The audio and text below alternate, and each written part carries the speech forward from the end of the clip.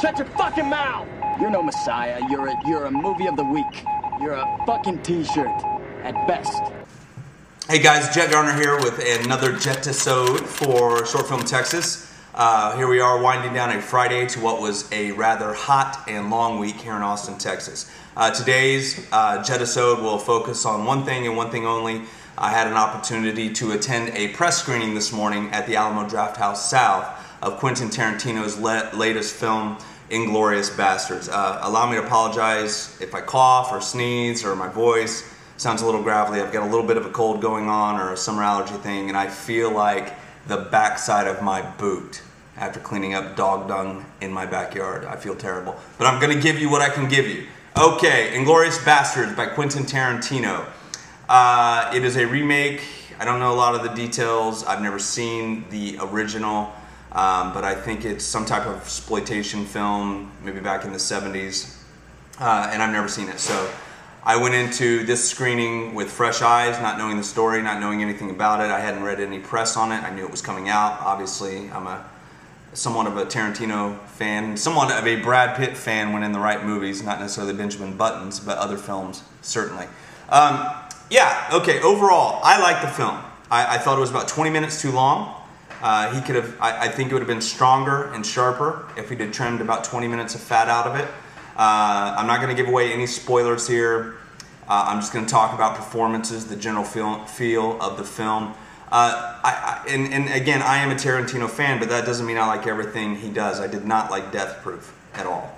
But this is an entertaining movie. As Tarantino does, he does a nice job of combining things that make you laugh, humor, awkward humorous moments, and extremely violent moments.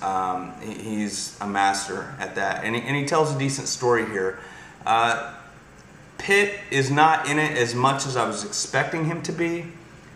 There's a part in the middle of the movie where we kind of lose him for about 35 minutes, which I never thought I would say this, but it felt a little awkward as a film fan to lose like the guy that they've been promoting as the linchpin of the film. But it's good. It's good. Like I said, a little too long. I liked it. I do not think America is going to like it, though. I believe, you know, he has a unique taste and a very unique audience, Tarantino. But I think out of all his films, this probably has the most narrow funnel of potential fans out there, because it's certainly not going to be for everybody, because there are some really brutal and violent scenes. There are, he takes some liberties with history, some major liberties with history, which I find funny, you know, because then you leave the theater thinking, well, what if that would have happened that way? How would the world be different today?